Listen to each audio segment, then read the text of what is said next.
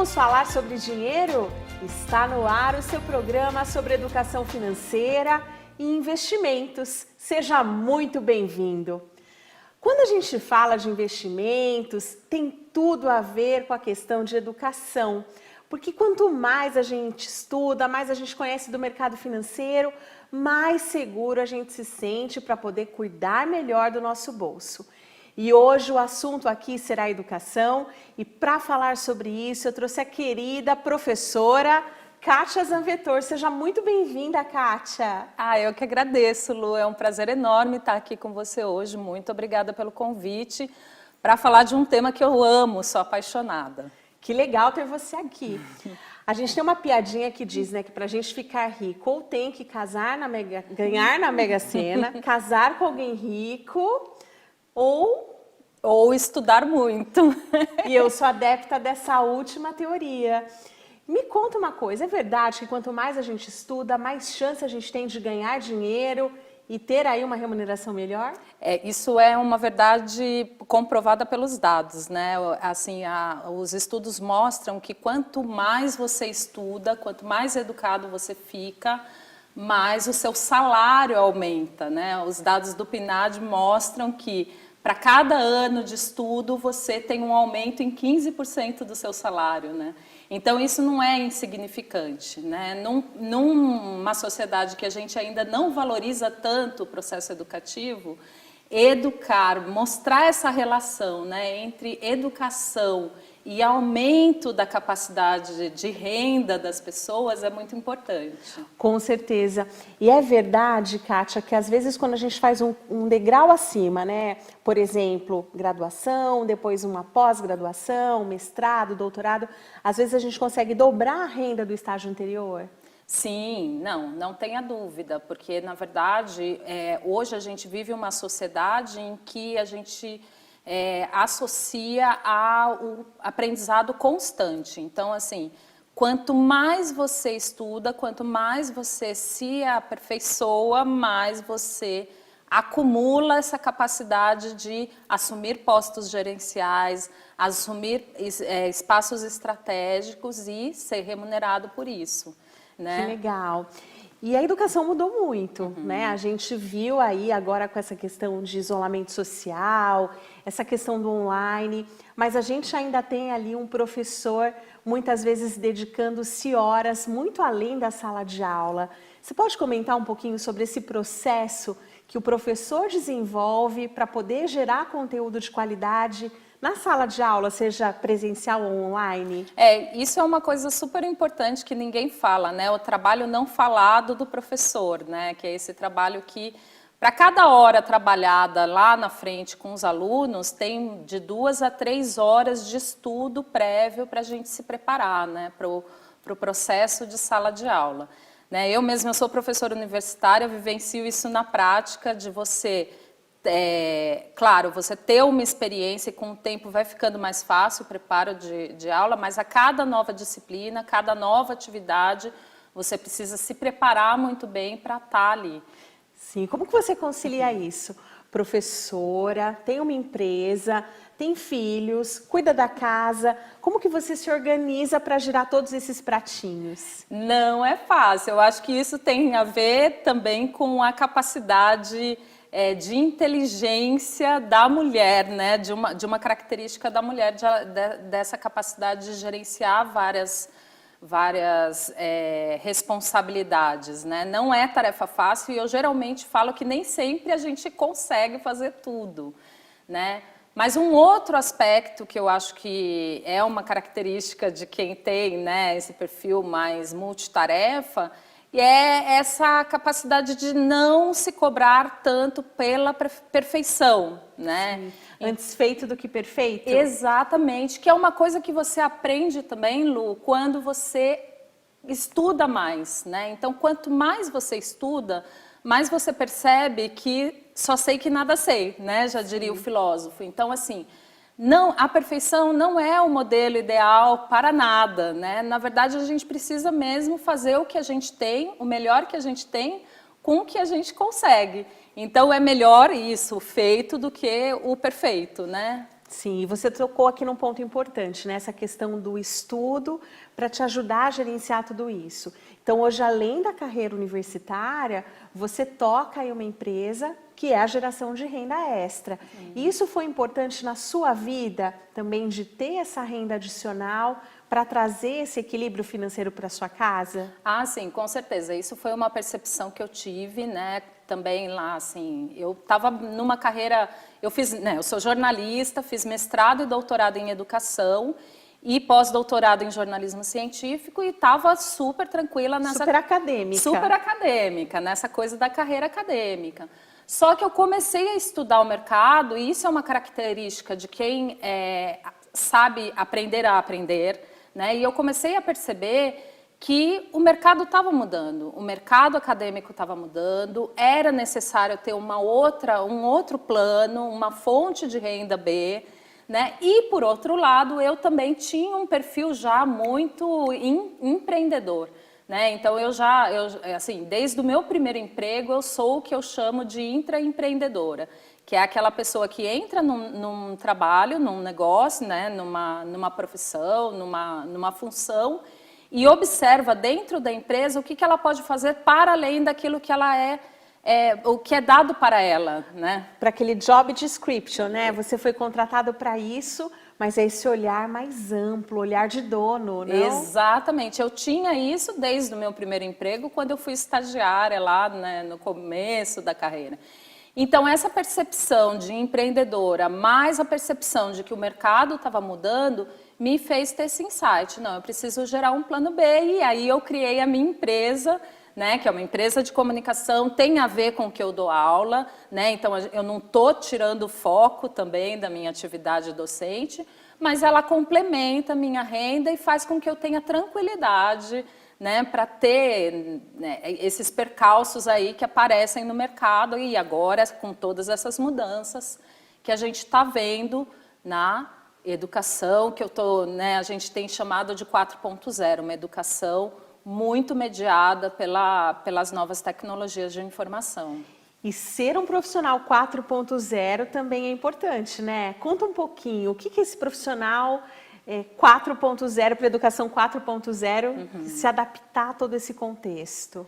Eu acho que essa ideia de 4.0 vem da indústria 4.0, que é essa ideia de a indústria, né, de os novos meios de produção estarem se adaptando às novas tecnologias, né? Então, as novas tecnologias surgem nas empresas, mudam as empresas, fazem com que elas, ao mudar, porque elas muda a tecnologia, muda a função, muda a forma de trabalho, força com que os trabalhadores também mudem. Então, os trabalhadores precisam também estar preparados para lidar com essa empresa que está mudando. Aprender a aprender. Segura que a gente vai para o intervalo.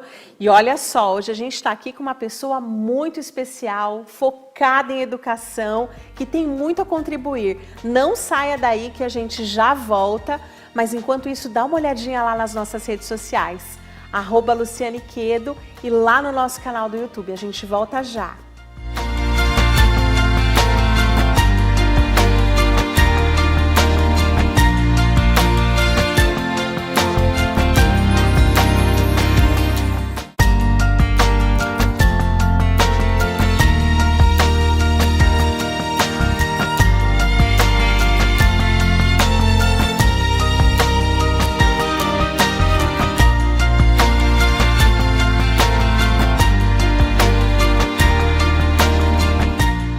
Vamos falar sobre dinheiro? Hoje falando sobre educação com a professora, mestre, doutora, pós-doutora Kátia Zanvettor. E a gente terminou o primeiro bloco falando sobre aprender a aprender. Fale um pouco mais sobre esse conceito. Eu acho que isso vem, né, daí a gente estava falando da indústria 4.0, né, vem dessa indústria pedindo um profissional mais flexível, capaz de mudar rapidamente, se adaptar às novas tecnologias rapidamente e, por consequência, ele também tem que ser, na sua esfera pessoal, aquele sujeito disposto a aprender sempre, né? Sim. E aí ele vai ter que fazer aquela carreira tradicional, né, aqueles cursos tradicionais que a gente já prevê, mas para além disso, ele também vai ter que ter uma atitude de aprendizado constante. Aquela fase, né, que a gente ia para a escola, na minha época, quando eu era criança pequena, lá em Itaquaquecetuba, eu ia para a escola e você tinha uma surpresa, né? Porque a gente não tinha internet, não tinha computador. Gente, isso acontecia, né? E você chegava e tinha uma surpresa sobre o que seria aquela aula daquele dia. Hoje a gente já consegue ter uma complementariedade entre a sala de aula e a realidade, não? Sim, sim. Isso é também uma novidade aí da contemporaneidade, né? A gente se educa não só mais na sala de aula, né? O estudante, a criancinha lá, desde os primeiros aninhos, ela está sendo educada pelos meios de comunicação, pela família, pela comunidade, pelas marcas que estão produzindo conteúdo e pela escola, né? Então, existe todo um complexo, uma sociedade, que é a sociedade que a gente fala pautada em informação, pautada em comunicação, que faz com que toda a sociedade esteja envolta, né, nesse complexo emaranhado educativo.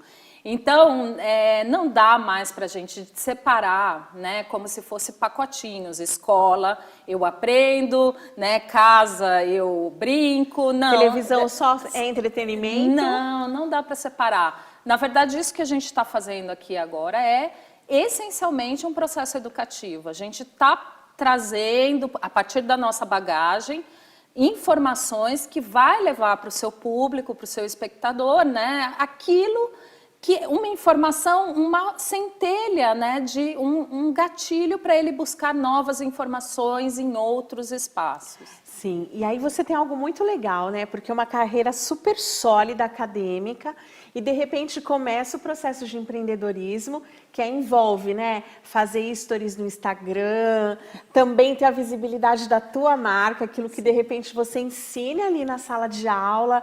E como que esse processo de aprender a aprender aconteceu para você, na sua vida? Isso foi um aprendizado também, porque é isso, você sai de uma carreira sólida, bem consolidada, e de repente você se vê entrando numa área que eu entendi rapidamente que eu tinha que voltar para a sala de aula, eu tinha que aprender de novo, coisas novas, aprender sobre empreendedorismo, e isso é uma coisa muito legal, porque existe também uma mítica de que a empresa que tem sucesso é aquela empresa do empreendedor nato, o cara que vai lá e dá um golpe de sorte. Não é, às vezes o cara aprende muito, ele rala, estuda bastante para entender sobre negócios, né? Sobre como gerenciar negócios. E aí, eu sou muito grata a esse meu perfil, porque hoje eu tenho uma empresa, apesar de ainda uma empresa pequena, ela é uma empresa sólida, que eu tenho um CNPJ separado do CPF. Não então, mistura as contas. Não misturo as contas, aprendi com a Luciane Quedo, né? Mas isso por quê? Porque eu fui buscar, antes de me lançar para o meu sonho, eu fui falar, né, o que a educação financeira sobre mercado, sobre negócios está dizendo. Então, vamos estudar isso aqui. Então, humildade é a primeira característica importante de quem quer aprender a aprender. Entender que você não sabe tudo. E, Kátia, de repente a gente se vê em casa, né, pedindo para a filha, ai, me ensina aqui, por favor, como é que eu faço um Reels? Como é que eu edito aqui? Porque eu não sei fazer. E essa humildade também é essencial, mesmo quando a gente fala com alguém que de repente não estudou tanto, mas tem domínio de outros conhecimentos complementares, né? Sim, tem uma frase que eu gosto bastante, é assim, você não precisa saber tudo, mas você precisa estar cercada de pessoas que sabem. E isso é muito legal para a gente entender essa posição um pouco de, inclusive, usar nossos filhos como controle de qualidade, né, para nosso conteúdo na internet. E apesar de eu ser professora de comunicação, ser doutora na área, estudar muito comunicação, eu sei que a linguagem da internet é uma linguagem essencialmente jovem. Então, você precisa estar cercadas de pessoas jovens que têm, né, uma pegada, uma linguagem diferenciada para entender esse público que você vai falar. Que nos oxigene, né? E sejam sinceros, gente. Não sei se o filho de vocês aí é assim, lá em casa, é sinceridade pura. Ela é assim lá também, né? Sinceridade. Tá horrível. Nossa, isso daqui não tem mais nada a ver, né? Isso ajuda a gente a crescer. Ajuda, e tá aberta a escuta, né? Sim. Porque, em geral, existe um pouco dessa resistência, assim, né? De ouvir críticas. Eu falo assim, ouvir críticas e saber escutá-las não significa que tudo que você fez está errado. Né? Então, você precisa ter uma autoestima aí também fortalecida. Tô segura de mim, né? Tô segura de mim, porque quando a pessoa faz uma crítica para o seu trabalho, não significa que ela está criticando você. Não é pessoal. Não é pessoal. Ela está te apontando algo que você pode melhorar. Então, isso também eu acho que é uma dica legal para os telespectadores de a gente poder entender, né? Sim. A diferença entre o que é uma crítica pessoal e o que é uma crítica ao trabalho e como isso pode nos ajudar a melhorar sempre. Né? E muitas vezes quando a pessoa critica, gente, ela está querendo que você evolua, que você melhore, ela está te dando um presente, uma contribuição. Porque muitas pessoas olham, veem que não está legal e deixa ali, né? Tudo bem, deixa quieto.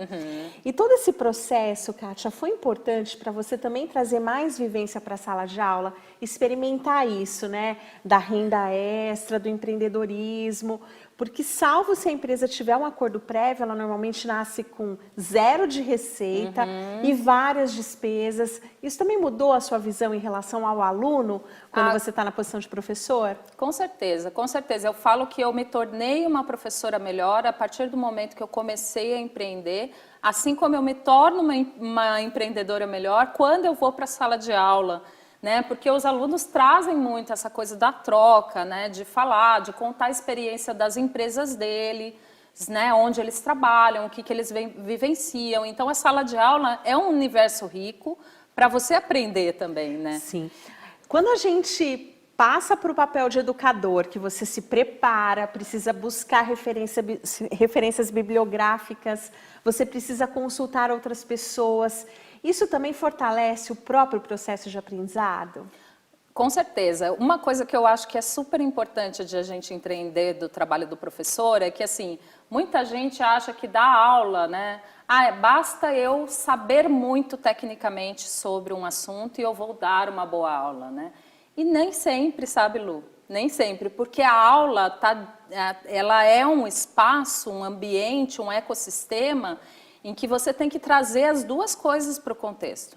Você tem que trazer sua vivência técnica, mas você tem que trazer a sua validação teórica, porque senão você não constrói conhecimento. É só estudo de case. Estudo de case não é conhecimento, né? Com certeza. É construção de conhecimento, é você dar para o seu aluno a capacidade de ele mesmo elaborar ideias e ele mesmo construir conhecimento, ele mesmo ter os cases dele. Que legal. Né? E a capacidade de se comunicar, não basta saber, a gente tem que saber passar para o outro para que ele consiga entender bem. E no próximo bloco a gente vai falar sobre esse processo de comunicação. Não saia daí que a gente volta já.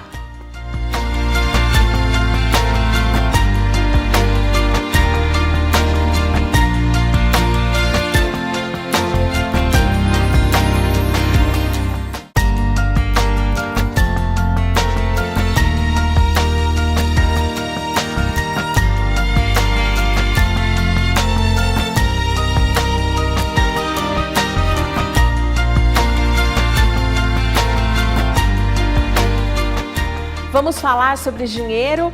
Estamos de volta hoje falando sobre o processo de educação que tem tudo a ver com esse processo de manter o seu bolso no azul, de cuidar bem das suas finanças. Não quero deixar que você fique sem se comunicar com a gente. Entre lá nas nossas redes sociais, @Luciane Quedo no Instagram. A gente também está lá no YouTube, Luciane Quedo, vamos falar sobre dinheiro. Mande as suas dicas, mande as suas sugestões, que a gente pode trazer para cá para desenvolver um programa sobre isso. Voltando aqui com a Kátia, a gente falava aqui do processo de comunicação. Não basta saber, não basta ter o conhecimento técnico, o conhecimento teórico, eu preciso conseguir também me comunicar. E a gente tem vivido um processo de geração de conteúdo intensa, e às vezes a gente está vendo ali, né, a pessoa gerando conteúdo nas redes sociais, gerando conteúdo, por exemplo, né, por meio das várias mídias. Como que essa pessoa consegue se preparar melhor para ter esse processo de comunicação mais efetivo?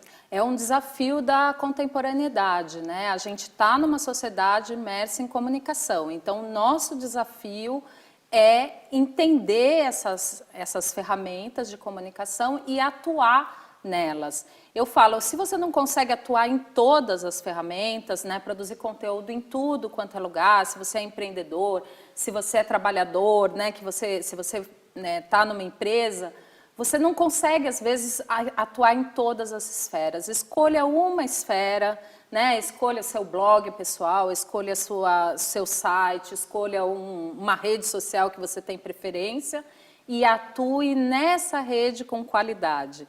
Fale quem você é, fale com verdade. Eu acho que comunicação, isso é uma coisa que eu tenho estudado muito. Hoje a gente percebe que as pessoas se conectam por história, as pessoas se conectam com pessoas e elas querem comprar também de marcas e de pessoas que elas confiam. Então, é muito melhor você produzir um conteúdo de qualidade em uma única rede, em um único espaço, do que você também sair atirando para tudo quanto é lado. E aí o conteúdo autoral faz toda a diferença, não? Porque eu tenho que falar muitas vezes na primeira pessoa, a pessoa quer saber quem sou eu, né? Eu brinco que é aquela história, né? Onde vive o que come. E quem como são habita, eles? Quem são eles, não? É, bem isso. E não simplesmente copiar, fazer ali uma coxinha de retalhos, às vezes de Google, Wikipédia, não. Eu preciso construir isso. Sim, sim. E muitas vezes as pessoas me perguntam, mas eu não quero me expor, eu não quero falar da minha vida, eu não quero...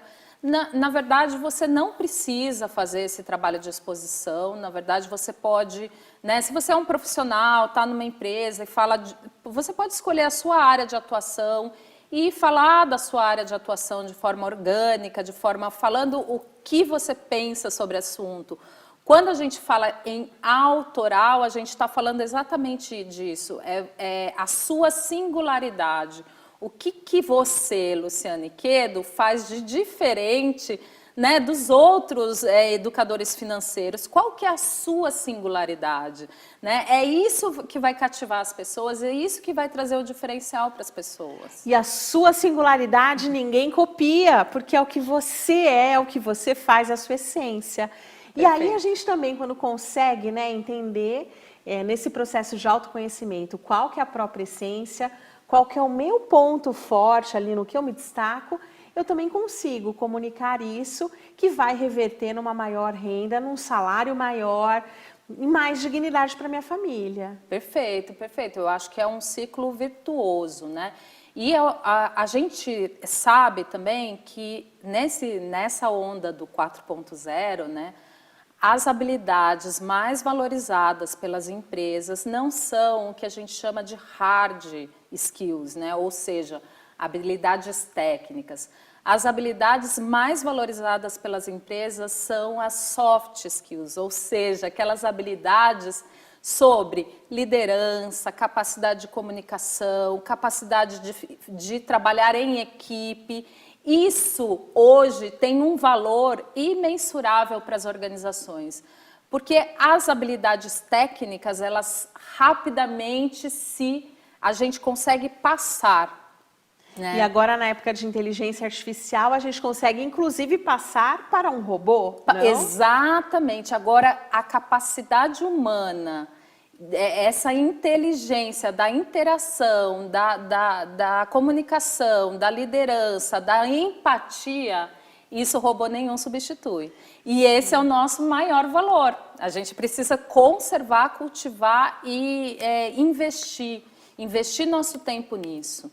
Porque isso vai gerar riqueza no futuro. A gente vive um momento de 15 milhões de desempregados, a gente ainda está vivendo aí, né, toda aquela complicação causada pela crise sanitária, e conseguir desenvolver essas competências pode nos ajudar a manter aí, né, empregável ou, gente, manter aí um trabalho ativo, né, gerar renda de outras formas alternativas. Sim, e essas habilidades são habilidades que você não precisa gastar dinheiro para criar essas habilidades, né? Você pode, por exemplo, fazer um trabalho voluntário, né, numa ONG aí perto da sua casa para treinar, por exemplo, falar em público. Então você pode dar uma palestra para uma ONG, né, para crianças, para idosos, ajuda a sua comunidade e ao mesmo tempo você treina a falar em público, que é uma das habilidades mais valorizadas entre os executivos. E eu sei que você é expert nisso, né? Dê algumas dicas aqui pra gente, como é que a gente pode falar melhor em público. Tá, vamos lá. A primeira dica é que falar em público está relacionado à presença. O que isso significa? Significa que você não tem que ficar se preocupando na hora que você está falando em público com o que os outros estão pensando sobre você. Você tem que focar no momento presente. Essa é a dica de ouro. Né? Segundo aspecto... Não deixar o cérebro voar, é isso? Não deixar o cérebro voar, foca no conteúdo. Porque o que acontece no momento da interação, de falar em público? A nossa cabeça começa a ficar nos auto-julgando e a gente fica pensando, será que eu estou falando sério? E aí você faz um tique assim, qualquer pessoa do público faz um tique e você já fala, ai não, ele não gostou do que eu falei. Mas é impossível você adivinhar isso, então você entra num looping que vai te levar para um lugar errado. Então a melhor dica de todos é foca no conteúdo e foca no momento presente. É isso, gente, o presente é que nos garante a construção do futuro que a gente quer ter. Kátia, adorei ter você aqui. Deixa aqui pra gente suas redes sociais e vai ter que voltar mais vezes, não vai ter jeito. Com certeza, vocês podem, eu agradeço imensamente o espaço e o carinho e é muito bom estar aqui trocando ideias com vocês. Nossas redes sociais é @zancomunicação, Comunicacal, vocês podem procurar a gente também tá no LinkedIn mesmo, @zancomunicacal. E lá a gente fala de comunicação, soft skills, falar em público. É só mandar uma mensagem pra gente que eu tô super aberta para conversar. Excelente, muito bom ter você aqui, muito bom ter você aqui acompanhando mais esse programa. Eu te espero semana que vem, sempre com um programa inédito, na segunda-feira, logo depois do jornal, às 8h30 da noite. Enquanto isso, te vejo lá no Instagram, te encontro lá no nosso canal no YouTube. Até semana que vem.